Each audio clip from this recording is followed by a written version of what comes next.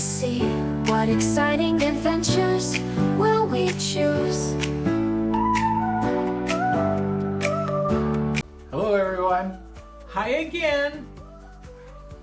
It's Darren and Susan from Retired Time to Cruise, back with another video.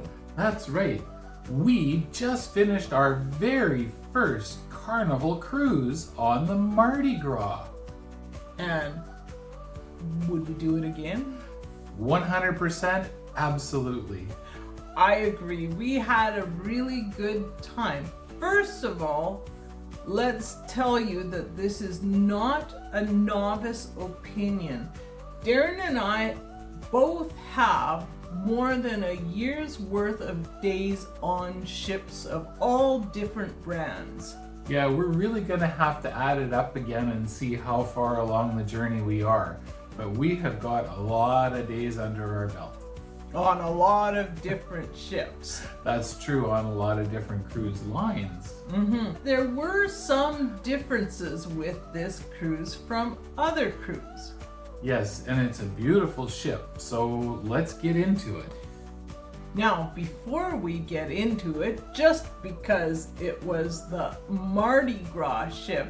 Now, most people, or I'm hoping most people, do know that Mardi Gras is a really big celebration throughout most of the Caribbean and, of course, in New Orleans. And Mardi Gras in French means Fat Tuesday. We're gonna throw a couple Mardi Gras jokes at you. Oh, gotta have the jokes. What do you call someone at Mardi Gras that does not share his crawdads? I have no idea. He's shellfish. Oh, that's a good one. Who should you crown as the king of Fat Tuesday? Someone who's the life of the Mardi. Oh, good play on words. Now back to talking about the Mardi Gras ship itself. Now, I found that ship to be a beautiful ship, and it was probably one of the newer ships that we have been on. And it's a big one. The Mardi Gras is an Excel class ship, and this one was launched in 2021.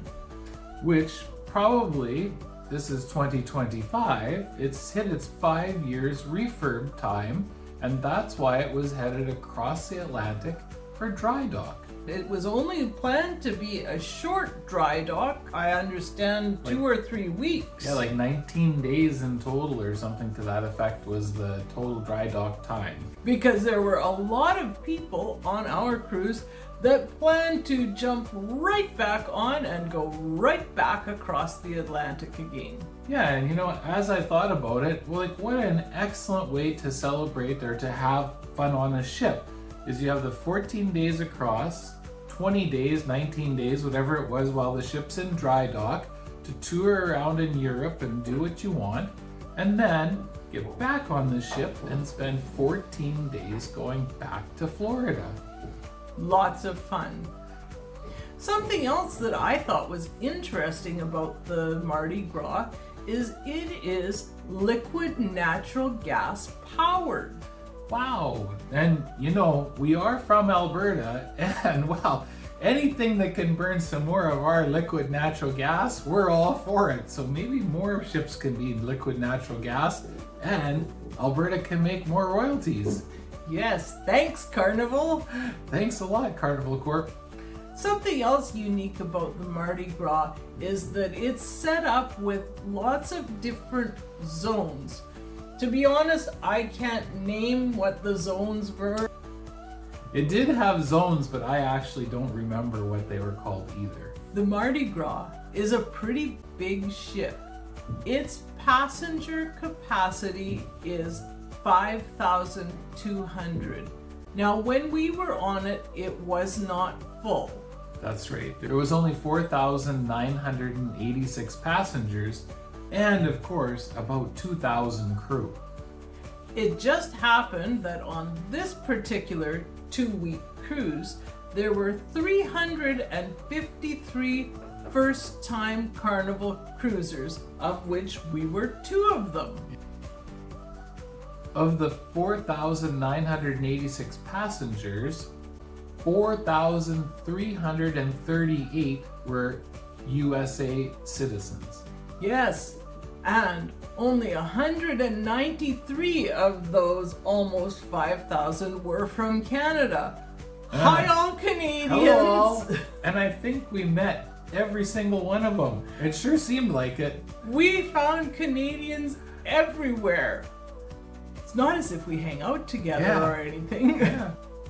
The Carnival Mardi Gras, because it is a big ship and has all the modern features being so new, there is no shortage of fun things to do on the fun ship. There's mini golf. And there's a jogging track. And there's a roller coaster, which we tried out. We did do one spin on the roller coaster just to say we did it. We survived! It goes around the ship twice. Now, right up at the same level as the roller coaster is a ropes course and zip line.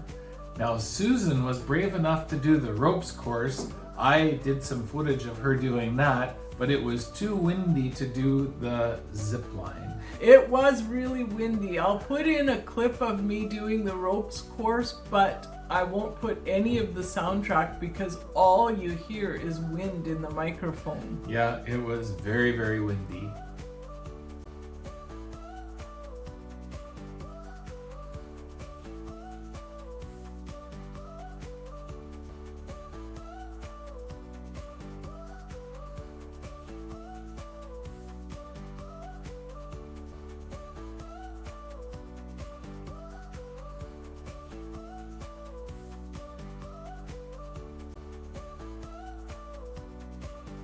Another thing on that level that's kind of unique to big ships, there were 3 really big water slides. And again, Susan's a brave one. She tackled the water slides and said she had an absolute blast. They were all really good. One, you use a foam mat to go down. The other one is a regular, slower water slide. And then you have one of those really fast ones. The really fast ones are kind of a challenge. They're not as comfortable as the slower ones, and if you really don't care about proving your bravery, you might want to just leave those ones alone. Well, and the other part with the really quick ones, if you blink, you're already at the bottom going sploosh at the bottom. So. Talking about the bottom of the water slides, they opened out into a full-fledged spray park that kids would use. And there were all kinds of slides and toys for children to use on the ship. But there were less than 200 children on our cruise, so none of the kids were using the water facilities when we were sailing. No, actually, I hardly saw a child, period. Another special feature, since we're talking about kids, is that the Mardi Gras has different types of staterooms. They have something called the Havana Suites, which would be geared more towards the adults, and they're fairly exclusive. You need a wristband to get into the Havana area with the Havana pool. They also have something called family harbor cabins, and we met people in both the Havana cabins and in the family harbor cabins, and the family harbor ones actually have a lounge with kid-friendly snacks available at different times of the day. The person in that area was really happy with being in that family harbor zone. Along with all the big exciting things like the roller coaster, there's also a whole raft of other things to do. They have pickleball and a basketball court. you could probably play soccer on that as well. But they have cornhole. I've never seen cornhole on a ship before. No, I haven't either. They also have billiards and they have foosball tables. There were a lot of foosball tables, and even in the one area that's covered, they had the shuffleboard tables. I didn't see any shuffleboard on the deck. Did you? No, I didn't, but I saw shuffleboard tables in with the barbecue. Now we're kind of getting into talking about the restaurants and using my favorite word, the Carnival of Mardi Gras had a plethora of both free and specialty restaurant paid selections to eat at. There were a lot of different types of restaurants. We particularly liked the barbecue, which is the American style barbecue with the pulled pork and the brisket and macaroni and cheese and baked beans. So that one, it's called the Pig and Anchor, I believe. There's two specialty restaurants, the barbecue shop as well as the Smash Burgers, and those are both name brand restaurants of Guy Fieri, and he does Diners and Dash on HGTV or the Food Channel, or it just depends on what specialty channel you get. So that would be the Pig and Anchor barbecue and the Pig and Anchor hamburger shop. Then there is a Mexican Chinese combo, which is kind of, you say, why who would put Chinese and Mexican together? But we did eat there a couple times and it was really good. And it's called Chabang. I wonder how they come up with Chabang. I don't know. And there was a burrito and taco place called the Blue Iguana, and we did have lunch there a couple of times. And then there was a Indian food place, and I'm not sure what was beside it. Like it had another shop of some kind. It was kind of Asian food because they had the dumplings, and dumplings and stuff. And let me see, I'm trying to remember layer through layer. There was a pizza place and a panini sandwich place. That's right. And my favorite place was the coffee shop. Now there's the Starbucks style paid coffee, but I actually was at the other end where they had some really good straight up old home blend style coffee, and it was free, which is of course my best flavor. As I used to say when I drank beer, I only have two favorite kinds of beer. Whatever's free or whatever kind you're buying me, and that's how I kind of am with coffee. But their home blend coffee was really good on the ship.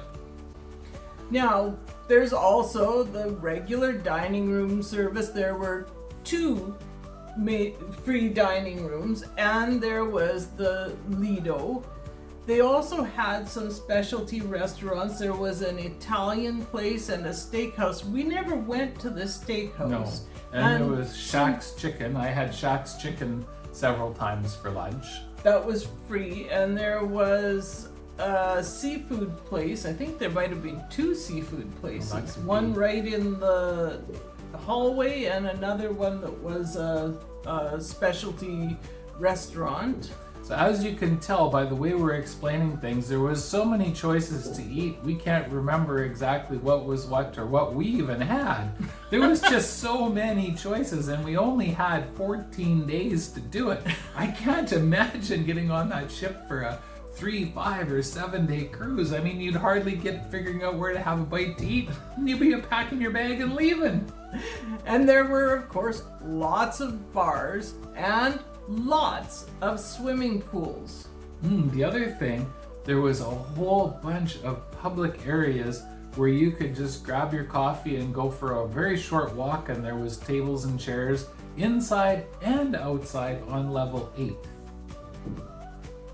On lots of levels. Well, the outside, I guess, was on level 8, but there were also way up high on level 16. There were outside tables in lots of areas. Now, we were really surprised.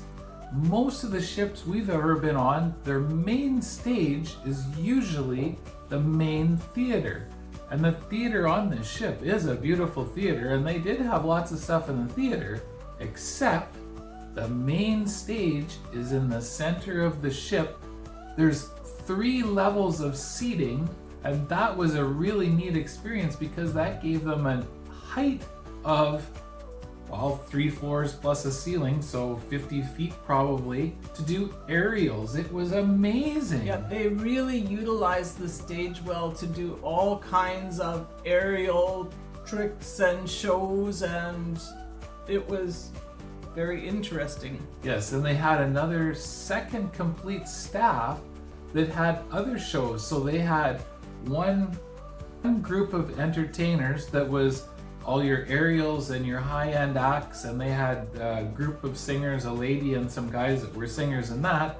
And then they had another whole entertainment group that put on a whole different type of shows, again with dancers and singers and everything else. On the other stage. And also on the center stage sometimes. So you never knew when you went to a show which cast you were going to get. And I really enjoyed that kind of little bit of anticipation. Is it going to be this group performing or that group performing? They also had 2 different comedy clubs that happened to be used for other events throughout the day. And they held trivia and crafts in some of the different bars. And they had 2 lectures on board, and 1 lectures were in the morning and 1 lectures was in the afternoon.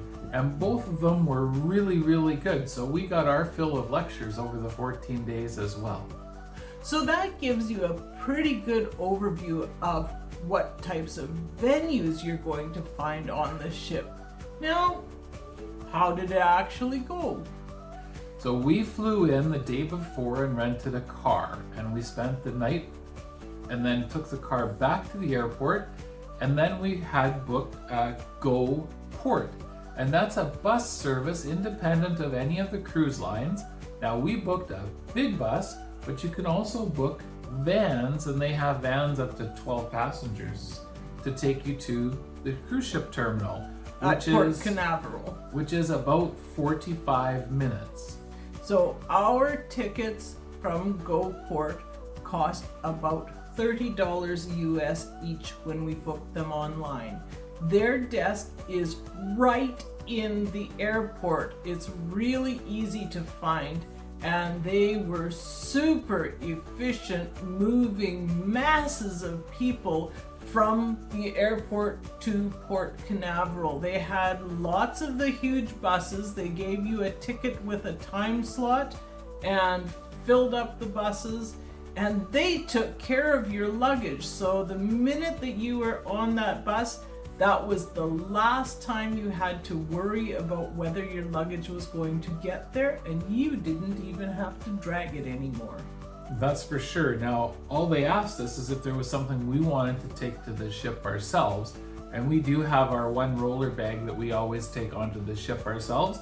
Other than that, hands off the luggage after the airport, and it showed up in our stateroom. Bada bing, bada boom. The nice thing about the check-in at Carnival, even though we had quite a late check-in slot that we had registered for, when the GoPort shuttle brought us, they accepted us with no questions before our check-in time. That's right. We were about 2 hours ahead of our normal check-in time that we had booked. There were no delays, there were no lineups. No. I just remember it going really smoothly. Yeah, one of those things, if you blink twice, you'd all of a sudden be standing in your cabin. It was that quick, other than, of course, that 2-mile long gangplank that you have to walk all, or gangway. Susan always gives me the evil eye when I say gangplank, but you gotta walk the long entrance ramp up into the ship. Now, Darren, you've kind of given a little bit of misdirection. We did not arrive in our staterooms right away because key cards were not actually part of the check-in process. It's quite normal for staterooms not to be ready until about 2 in the afternoon. We waited until there was an announcement to go to our stateroom, and the key cards with our names on them were waiting for us at the stateroom. You're right. I've totally forgot. We didn't go straight to our stateroom, but we did go straight to our muster station and did our muster station.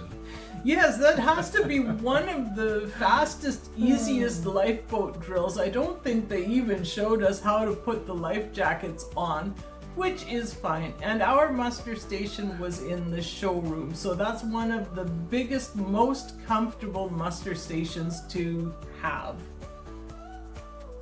All in all, I would say the check-in process from the airport with the GoPort, with the Carnival cruise check-in, with the muster, with everything, was probably in the top 2 or 3 embarkations that we've ever had. I was going to say it was among the best that we've had for check-in.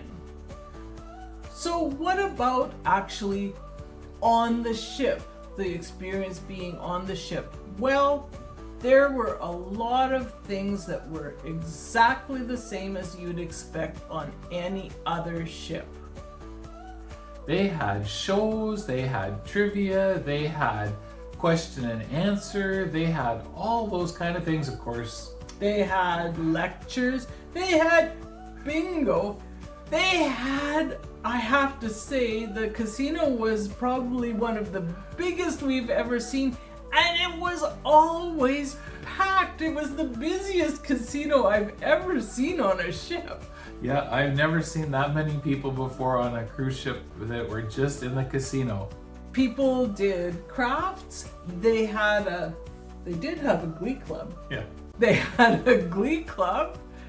I was gonna say the one show that they have on all the cruise ships, and it's always, to me, as just, it's one of those that if you just, once you've seen one, you've kind of seen them all, and that's that married one where they usually get the oldest married couple on the ship, the youngest married couple on the ship, and somebody in between, and then of course they ask them all the silly questions.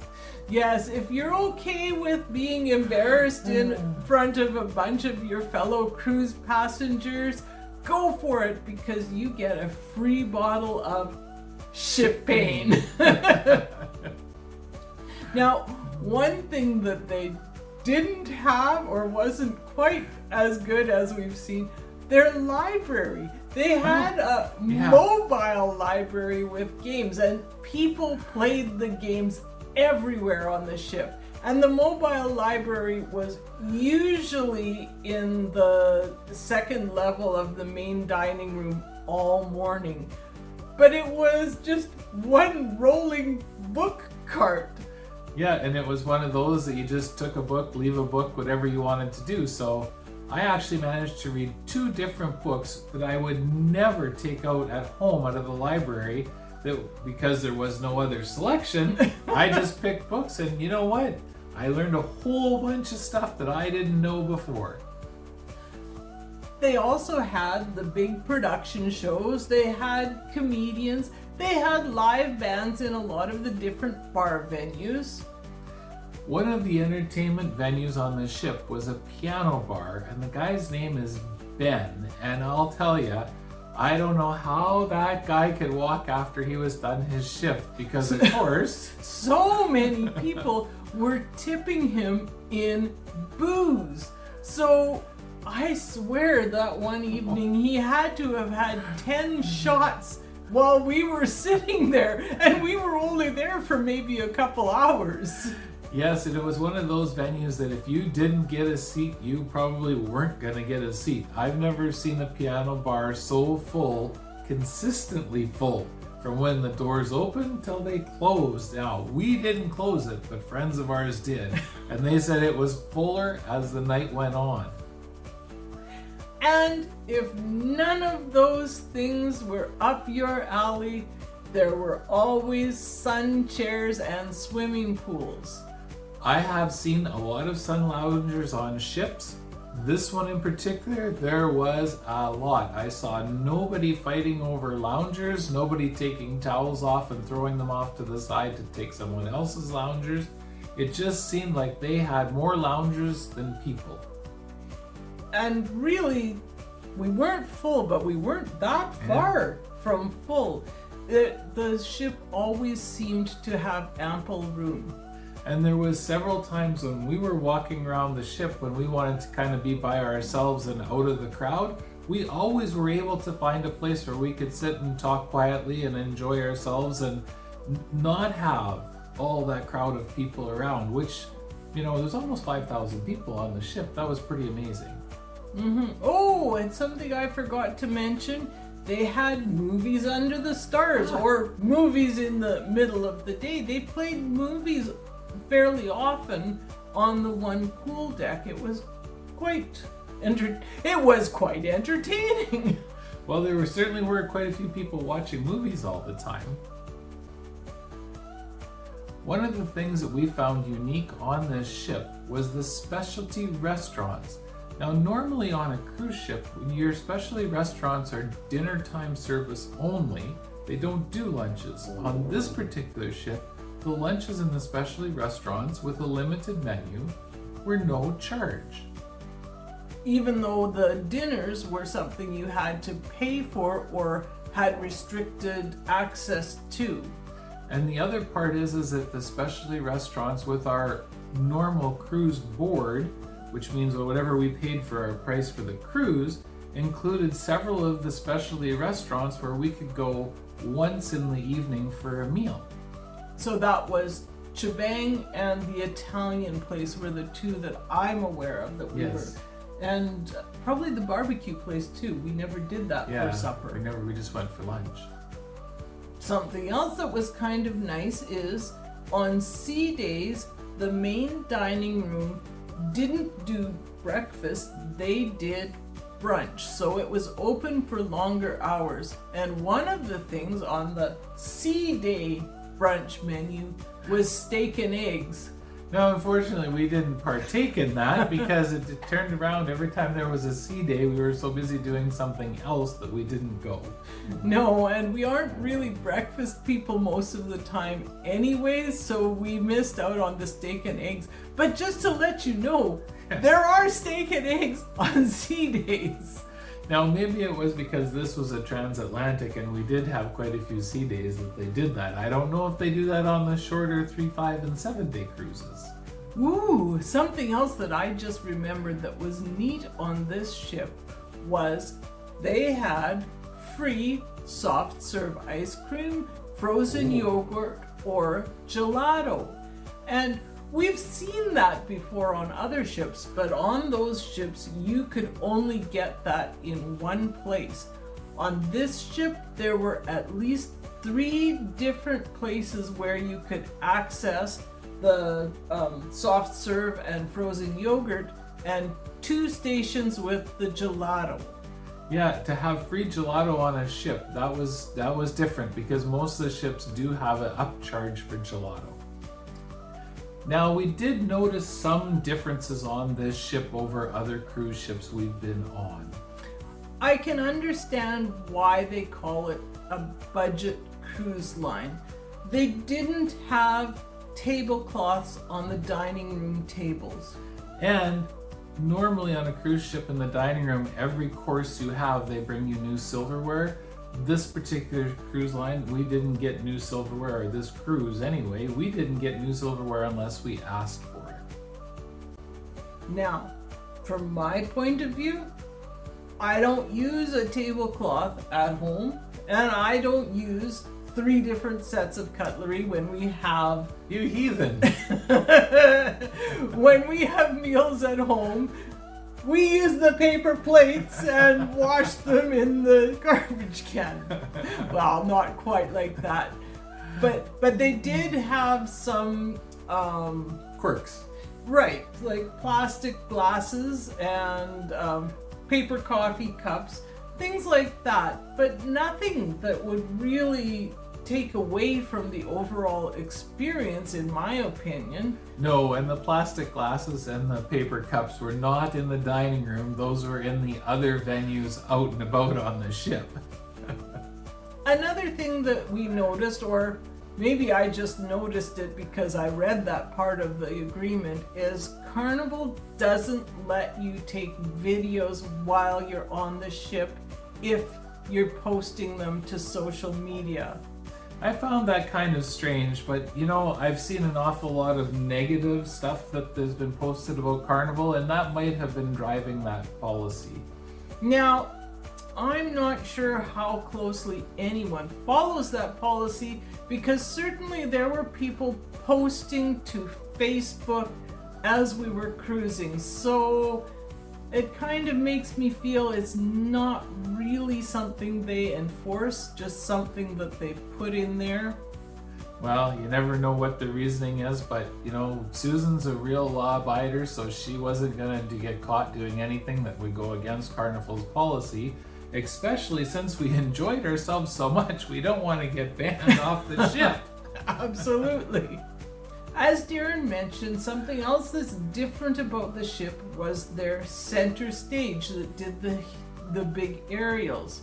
Now, it was a really neat stage, but honestly, I don't think there were any good seats to watch the show from. If you were on the lowest level, there was an overhang so you couldn't see the aerials up high. And if you were on the upper level, you couldn't look down straight enough to see the stuff that was happening beneath you. Right, because they didn't necessarily do all of the activities on the stage. They had almost a runway that came out under that overhang and did a lot of their dancing and maneuvers on that runway or around the stage. So the upper levels couldn't see that action, but they could see the aerials. And I heard some people say if you sat in the front row on those upper levels, you only saw your own reflection because they had a safety glass barrier. So these are things that we noticed that were a little bit quirky on the ship. Different. I'm sure when the people who designed that center stage area, they were looking at it as from the stage view. Now, anywhere you sat, you had a really good view of the stage, but the performances took place on the floor back from the stage, and I think that that's something that, you know, depending on the show that you were watching, would be where you would want to sit.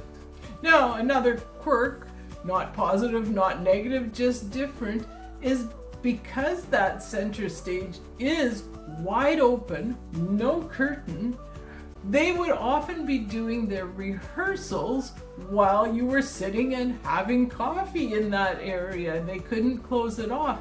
And so you would get to see the performers interacting with each other and doing their rehearsals.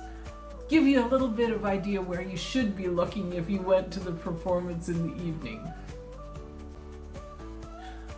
So, what did we absolutely love about the Carnival cruise?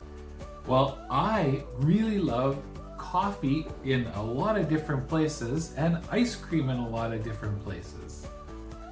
I appreciated how many different free food venues there were everywhere on the ship at all hours. The other thing, keeping in line with the coffee and the ice cream, was the barbecue was very good. I really enjoyed barbecue lunch. I appreciated that we got towel animals on this cruise. There's a lot of cruises lately that we haven't had towel animals. Yeah, I guess I figure we're just old and won't appreciate it, but it was really neat to walk into the cabin and see the whatever animal was on the bed waiting for us. Something else that was really good, and I'm not sure if it was just because of our specific itinerary, but our time in each port was really generous. We usually docked around 7 in the morning and we left around 7 in the evening. none of those 6-hour stops that we've had in some of our other cruises. These were all generous. I felt the same way. It seemed like we had more than ample time. Fact is, lots of times we were off the ship by 11 and we would come back between 4 and 5 o'clock and have time to shower and everything for dinner. Something else that I really appreciated about this cruise is they kept their announcements few and short. Yes, and there was only a couple times where they actually interrupted into the cabin. So that's a whole list of a lot of the things we liked. Did we mention the lectures? Did we mention the movies? Did we mention the swimming pools? And how about that barbecue? Oh, it was good. But I love barbecue. Now, there were a few things about this cruise that we didn't really care for. Darren and I like to do 6,000 steps in a day. Now, our general rule is that if it's 4 stories, in other words, 4 sets of stairs, up or down, we take stairs over elevator. If it's more than 4, we do take an elevator. One of the things that we found, because we like to also walk around the outside of the ship, is that there was a short track up on the top floor to walk around. It's also the jogging track, but there was no lower, as in deck 7 or 8, closer to the water to watch the fish that went all the way around the ship. Right, they didn't have a promenade deck to promenade on. Just something that wasn't there that we wish there had been. Another little pet peeve of mine is that none of the 8,000, it seems, pools were in the shade. All of the pools were wide open over top, and that's something that we've grown to appreciate on a lot of other ships, is they'll have at least one covered pool if the temperatures are either too hot or too cold. Or too windy, because sometimes it gets really windy on the deck and you want to have a cover over the pool to control that. And that was not an option on this ship. So Susan had to suck it up and just swim like she was at an outdoor pool. In our stateroom, the bunk beds folded up against the wall instead of recessing into the ceiling as we've had on other ships.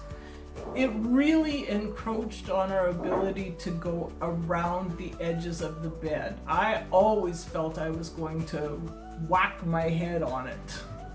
Now that is a strange thing, because in such a new ship, most of the ships we're on, where they do have the 3rd and 4th person to the room, now even though there was only 2 of us, is that the beds go into the ceiling and they're totally out of your way. Now I looked in numerous cabins and they were the same as ours. They all looked like the fold-up bunks. They were all fold-up. So that's one thing that is kind of like, that's kind of strange, because even if you paid for an upgrade to a really nice balcony room, you would still, chances are, have the bunk beds in your way. Now, the last thing that we're going to outline as something that we didn't really care for, after experiencing the Carnival Mardi Gras, is 14 days is just too short. I agree. I could have stayed on that ship for a lot longer, but they made us get off so they could do dry dock.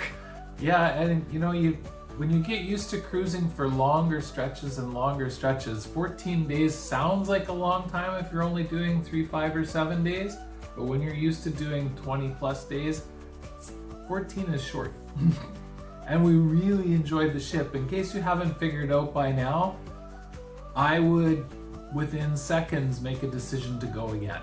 Now, I'm not sure if this is a Carnival thing or a Mardi Gras thing, but in spite of this ship being so large, they really kept lineups to such a minimum that there were no delays on anything. All of the shows seemed to have pretty ample room if you went to the second show, and they did have them show multiple times. So that was an efficiency that I really appreciated. And I think that after our other big ship experience, we said, yeah, we'll stick with the smaller ships. I don't think we would necessarily make that choice on Carnival. Yeah, I would go back on this one or the sister ship, and like I said, it would take me just seconds to make a decision to go. As long as it was more than 14 days. I'm thinking 28 would be just about right. Maybe 48. I don't think Carnival does those. Well, you never know. They might start doing around the world. When we arrived in Barcelona, the disembarkation was a little bit different, but sometimes that happens when you're exiting a ship in a foreign country. Immigration was a little bit slow. The announcement was the tie-up at immigration was causing a backup in the terminal and we were to wait in a public area. Now, to me, that makes perfect sense because we know from past experiences immigration can slow disembarkation depending on how many agents they have and if they have the new technology with the facial recognition or if they actually have to manually identify you and your passport. Right, so we have been through worse disembarkations than this, and the occasional better one, but this was nothing that would deter us from wanting to sail again. So overall, we thought this cruise was fantastic, not worthy of any of the negative publicity that we've seen on social media. In our opinion, the Carnival Mardi Gras is particularly fun. Anyone who says they hate Mardi Gras is jambalaya. I would say so. They'd be jambalaya. On that note, everyone, we hope you found this helpful and you enjoy the video. And keep on watching our other videos. We've got lots of them out and lots more coming. Thanks for watching. Bye now. Bye. We're retired, it's time to cruise. Where will we go next? What will we see? What exciting adventures will we choose?